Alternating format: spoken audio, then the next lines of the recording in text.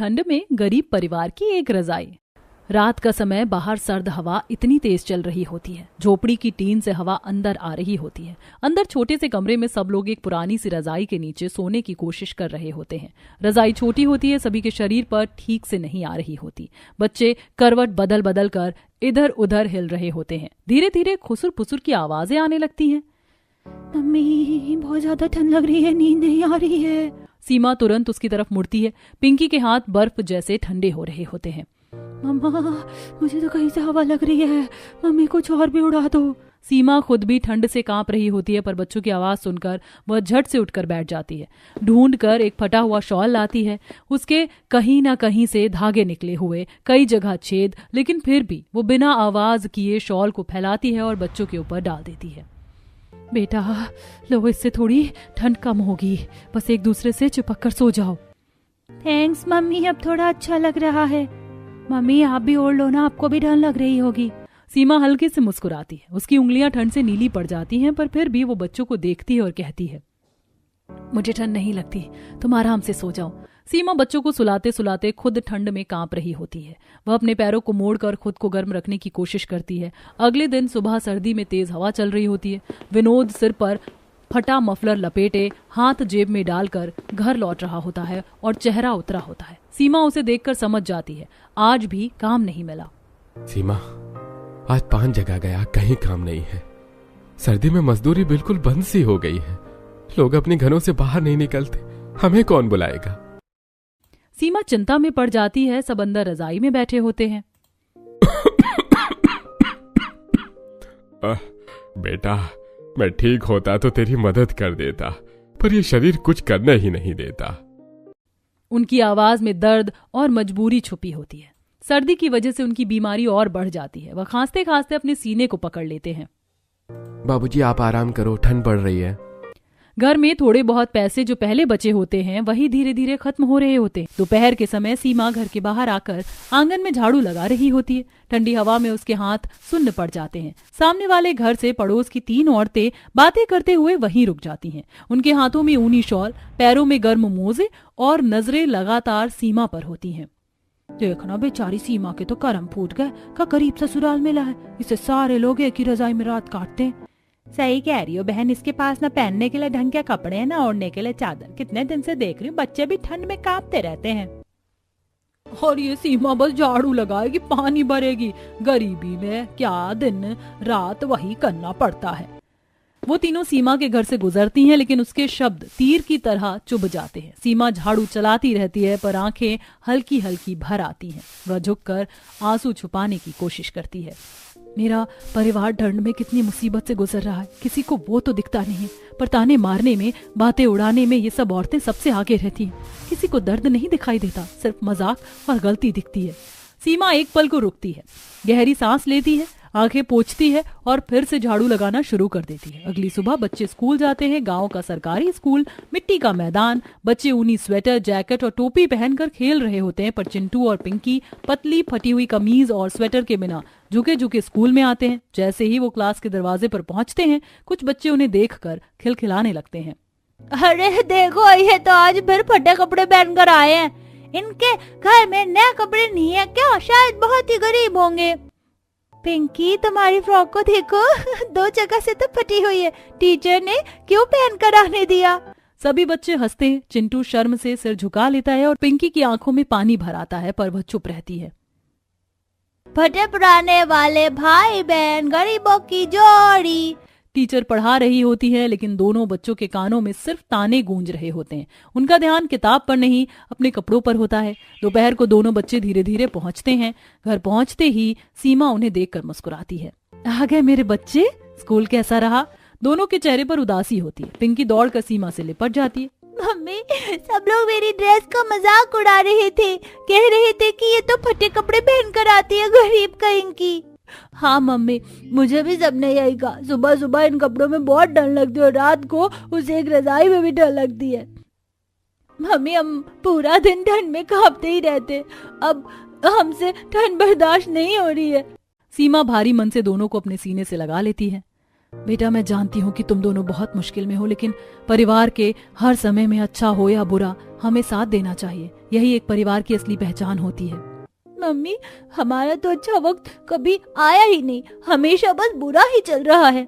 कोई बात नहीं बेटा, अच्छा वक्त धीरे धीरे आता है। रात चाहे कितनी भी लंबी हो, सुबह जरूर होती है। तुम दोनों अच्छे बच्चे हो ना। दोनों बच्चे आंसू पोंछकर सिर हिलाते हैं। अगले दिन शाम का समय, सीमा रसोई में रखे खाली डब्बों को देख रही होती है। दाल खत्म, चावल बस एक मुट्ठी, आटा थोड़ा सा, पानी उबालने के लिए चूल्हे पर रखा होता है। विनोद बाहर चिंता में बैठा होता है। सुधा देवी और मोहन जी भी शांत थके हुए से बैठे होते हैं। सीमा, आज काम न मिलने से कुछ लाभ ही नहीं पाया। क्या खाएंगे बच्चे आज? सीमा चुप रहती है क्योंकि उसके पास भी कोई जवाब नहीं होता। उसी समय पड़ोसन शकुंतला दीदी आती हैं। सीमा, ये लो बेटा, आज मटर पनीर बनाया था, थोड़े चावल हैं और कुछ रोटियां। बच्चों ने अभी खाना तो नहीं खाया। दीदी, आप हर बार कैसे हमारी मदद कर देती हैं। मैं कैसे एहसान उतारूंगी आपका। ऐसी बातें मत किया करो। पड़ोसी का मतलब क्या होता है? सुख दुख में साथ देना। मैंने तुझे कभी बोझ नहीं समझा, ना समझूंगी। दीदी, आजकल आपके जैसे लोग बहुत कम होते हैं। और बच्चों के लिए दूध रखा है, उन्हें पिला देना, ठंड में कमजोर ना पड़ जाए। बच्चे खुशी से दूध को ग्लास में डालते हैं और पीने लगते हैं। सीमा की आंखें भर आती हैं और शकुंतला वहां से चली जाती है। मैं सबके लिए चाय भी बना देती हूँ। पानी में थोड़ा अदरक डालकर गर्मी मिल जाएगी। दुनिया ताने मारने वालों से भरी है, पर एक इंसान का दिल सच्चा हो तो पूरा मोहल्ला बदल सकता है। अगली सुबह सीमा कपड़ों की पोटली खोलती है। अंदर 4-5 जोड़ी पुराने फटे हुए कपड़े होते हैं। कहीं बाजू उधड़ी होती है, कहीं छेद, कहीं किनारे फटे हुए। मम्मी, ये फिर से फट गई, स्कूल में सब हंसेंगे। मम्मी, ये तो इतनी बार सिल दी, अब धागे भी जवाब ही दे रहे हैं। बेटा, मेरी जर्सी भी सिल देना। सीमा सुई धागा निकालती है। वह फटी जगहों को जोड़कर सीती है। धागा अलग रंग का है, पर मजबूरी में वही करना पड़ता है। मम्मी, क्या कभी हमें भी नए कपड़े मिलेंगे? जरूर मिलेंगे बेटा। जल्दी ही वो दिन आएगा जब तुम दोनों अपनी पसंद के कपड़े पहनोगे। वो सुई धागा चलाती रहती है और सास की आंखें नम हो जाती हैं। रात में गहरी ठंड होती है। हवा इतनी तेज होती है कि टीन की छत टन टन हिल रही होती है। कमरे में एक ही पुरानी रजाई में सब घुसे होते हैं और सब एक ही रजाई में जगह बनाने की कोशिश कर रहे होते हैं। बच्चे सिमटते सिमटते कहते हैं, अरे मेरी टांग बाहर निकल रही, ठंड लग रही है। मेरा हाथ भी गर्म नहीं हो रहे, रजाई छोटी है। मम्मी, मैं ठीक हूँ, तुम बच्चों को ज्यादा उड़ाओ।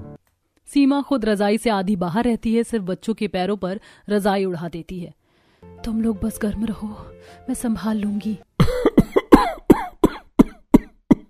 बेटा, तुम भी शरीर ढक लो, नहीं तो बीमार पड़ जाओगी। आप लोग ओढ़ो बाबूजी, ठंड आपकी बीमारी बढ़ा देगी। सब कोशिश करते हैं कि कोई और करवट ना ले, क्योंकि रजाई किसी एक तरफ जरा भी खिसकी तो दूसरे को ठंड लग जाएगी। एक दिन ऐसा आएगा कि हम सब अलग अलग रजाई में आराम से सोएंगे। वो दिन जरूर आएगा, बस हमें टूटना नहीं है। बाहर हवा और अंदर ठंडक होती है। अगले दिन रात का समय होता है। एकमात्र पुरानी रजाई जिसमें पूरा परिवार गुजर बसर कर रहा होता है, आज जोर से चर्र की आवाज करती है और रजाई के किनारे से फट जाती है। मम्मी, रजाई फट गई, ठंड बहुत लग रही है। मम्मी, हवा सीधे अंदर आ रही है, अब क्या करेंगे? सीमा तुरंत बच्चों को अपनी तरफ खींच लेती है। विनोद भी सर्दी में बच्चों को ढकने की कोशिश करता है, लेकिन रजाई के फटे हिस्से से बर्फ जैसी हवा अंदर घुसती रहती है। हे भगवान, आज तो जम ही जाएंगे लगता है। हाय राम, ये रजाई भी आज ही फटनी थी। एक तो हमारे पास एक ही रजाई थी। पिंकी के दांत किटकिटाने लगते हैं। चिंटू रोता है। सीमा दोनों को बाहों में भर लेती है और खुद सर्दी से कांपते हुए भी बच्चों को ढकती रहती है। हे भगवान, बस मेरी औलादों को बचा लेना। रात सबकी जागते ही गुजरती है। सीमा और सास जल्दी उठ जाती हैं, चारपाई पर फटी रजाई फैला देती हैं। माँ जी, ये किनारा बिल्कुल चिथड़ा हो गया है, इसे हाथ से नहीं होगा, इसमें तो 2-2 बार सिलाई लगेगी। लगाते जा बेटी, क्या करें, अब एक ही रजाई नहीं सिली तो सर्दी हमें खा जाएगी। हम पे तो बीमारी में लगाने के लिए पैसे भी नहीं है। दोनों बैठी बैठी ठंड में उंगलियां सुन्न होने तक रजाई सिलती रहती हैं। सीमा अपनी उंगलियों पर फूंक मारती है, कभी धागा टूट जाता है, कभी कपड़ा निकल जाता है, फिर भी दोनों हिम्मत से उसे जोड़ती रहती हैं। दोपहर घर के अंदर बर्फ जैसी ठंड होती है। बीच में एक लोहे की अंगीठी रखी होती है जिसमें लकड़ी की जगह खेतों से उठाए गए सूखे डंठल और गोबर के उपले जल रहे होते हैं। ना काम मिलता है, ना पेट भरता है, और ऊपर से ये ठंड। लगता है इस साल की सर्दी गरीबों को निगल ही जाएगी। बेटा, अंगीठी के पास मत बैठ, धुआं चढ़ जाएगा, खांसी नहीं रुकेगी। बस थोड़ी देर और, फिर गर्म दूध पी लेना। मम्मी हाथ तो गर्म हो रहे हैं लेकिन पैर जम रहे हैं। मम्मी ठंड क्यों नहीं रुकती, इतनी आग तो जल रही है। भगवान ने बड़ा ही बेबस कर दिया है हमें। सीमा चूल्हे पर चाय बना रही होती है। पानी में अदरक उबल रहा होता है क्योंकि दूध तो सिर्फ बच्चों के लिए होता है। बाकी सबको यही गर्म पानी वाली काली चाय ही पीनी पड़ती है। अंगीठी पूरे दिन जलती है, फिर भी लगता है जैसे सर्दी दीवार चीर कर अंदर बैठी हो। मुझसे तो ये बच्चे देखे नहीं जाते। कोई बात नहीं, जब तक हम सब साथ हैं ठंड क्या ही कर लेगी। दोपहर का समय, ठंडी हवा चल रही होती है। घर के अंदर सिर्फ एक चूल्हा धीमी आग पर जल रहा होता है क्योंकि खाने को कुछ भी नहीं होता है। अचानक दरवाजे पर कोई आता है। सीमा दरवाजा खोलती है और चौंक जाती है। सास और ससुर एक दूसरे को देखते हैं। बुआ जी और फूफा जी अंदर आते हैं। साथ में 2 और दूर के रिश्तेदार होते हैं। अरे ओहो, ये घर है या कबाड़ का गोदाम? अरे इतनी ठंड में भी घर के अंदर धुआं भर रखा है और फिर भी इतनी ठंडक। अरे आओ दीदी बैठो। बुआ जी चारों तरफ नजर घुमाती हैं। पुरानी टूटी चारपाइयों, एक रजाई कोने में रखी होती। सब लोग उसमें बैठे होते हैं।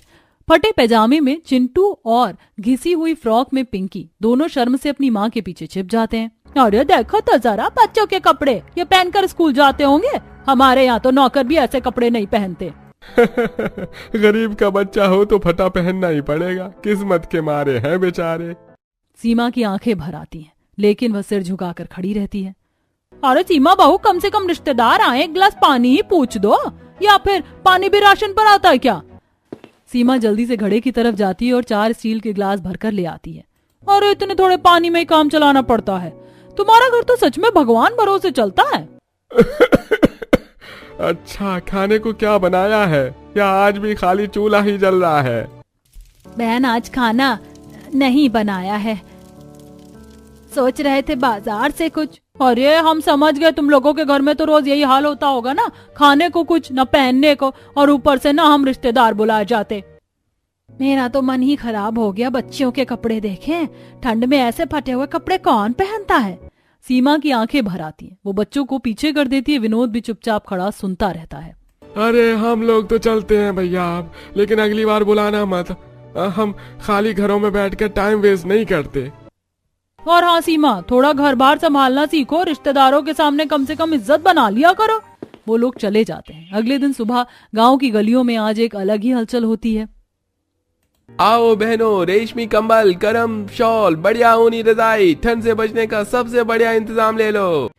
उसके ठेले पर रंग बिरंगे कंबल, गर्म शॉल और मोटी रजाइयां रखी होती हैं। लाल, गुलाबी, हरे रंगों में चमकते हुए गांव की औरतें इकट्ठी होकर अपने अपने घरों से पैसे लाती हैं। किसी के हाथ में 100 का नोट, किसी के पास 500, किसी के पास सिक्कों से भरी पोटली। सब औरतें खुशी से कंबल छू छू कर चुन रही होती हैं। अब भैया ये वाला कितने का?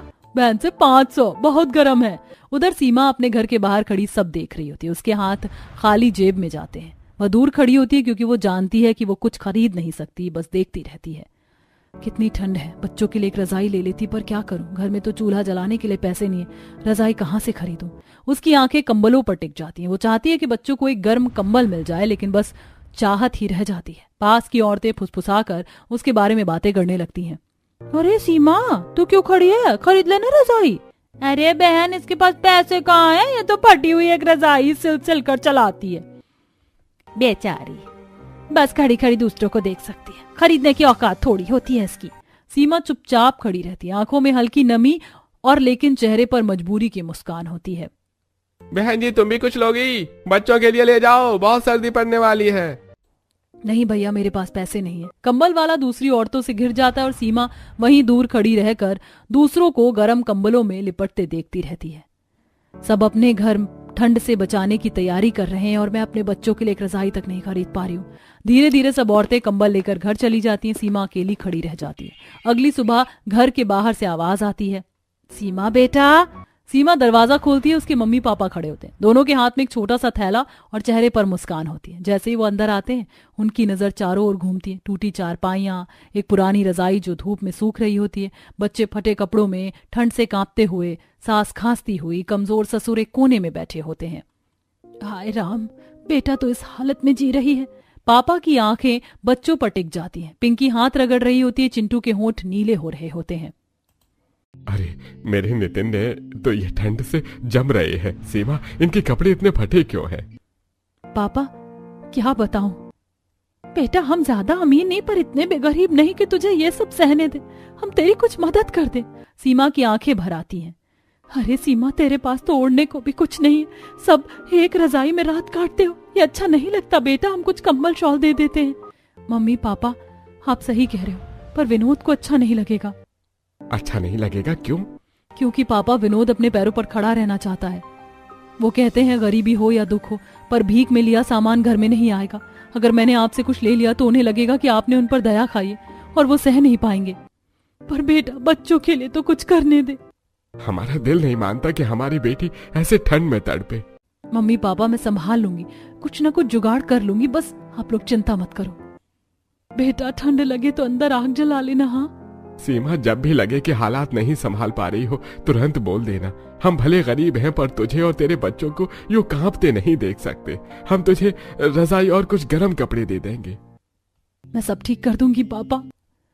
माता पिता वहां से चले जाते हैं। अगले दिन दोपहर के समय सीमा अपने फटे हुए शॉल को संभालते हुए बाजार की तरफ पैदल जा रही होती है। ठंडी हवा चल रही होती है। सड़क के बीचों बीच बहुत भीड़ होती है। लोग घेरा बनाकर कुछ देख रहे होते हैं। फुसफुसाहटें, हलचल हो रही होती है। सीमा पास जाती है। एक गाड़ी सड़क किनारे ठुकी होती है। माथे से खून बहते एक अंकल कार की सीट पर बेहोश पड़े होते हैं।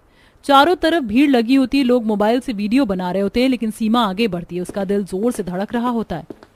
अंकल सुनिए, मेरी आवाज सुन रहे हो? अंकल की सांस धीमी होती है। सीमा घबरा जाती है। तुरंत पास खड़े ऑटो वाले से बोलती है, भैया जल्दी इन्हें अस्पताल ले चलो, इनकी हालत खराब है। अरे बहन ये तो एक्सीडेंट केस है। किसी की जान का सवाल है, बैठाओ बस। उसकी हिम्मत देखकर वह राजी हो जाता है। सीमा खुद अंकल को सहारा देकर ऑटो में बिठाती है। उनका सिर अपने दुपट्टे से बांध देती है। मैडम एक्सीडेंट हुआ है, जल्दी से डॉक्टर को बुलाइए। डॉक्टर तुरंत स्ट्रेचर ले आते हैं। अंकल को अंदर ले जाते हैं। कुछ देर में नर्स सीमा से पूछती है, इनके परिवार का नंबर है?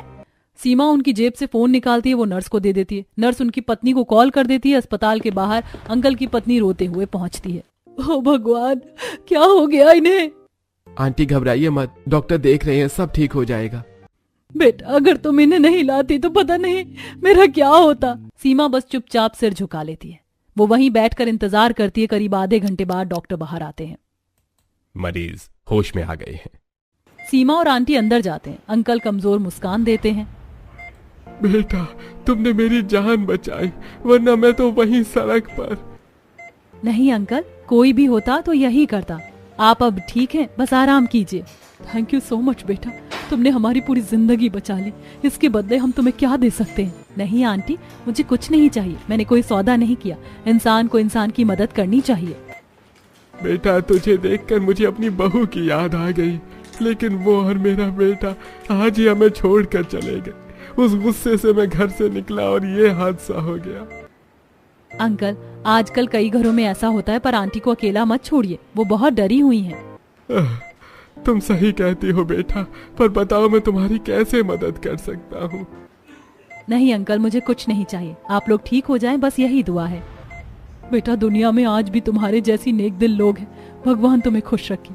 सीमा मुस्कुराती और चुपचाप अस्पताल से बाहर निकल जाती। कुछ दिनों बाद सीमा बाहर आंगन में ठंड से कांपती हुई झाड़ू लगा रही होती। तभी अंकल और आंटी अपनी कार लेकर गली से गुजर रहे होते हैं। अंकल की नजर जैसे ही सीमा पर पड़ती है, वह तुरंत कार रोक देते हैं और दोनों उतरकर सीमा की ओर बढ़ते हैं।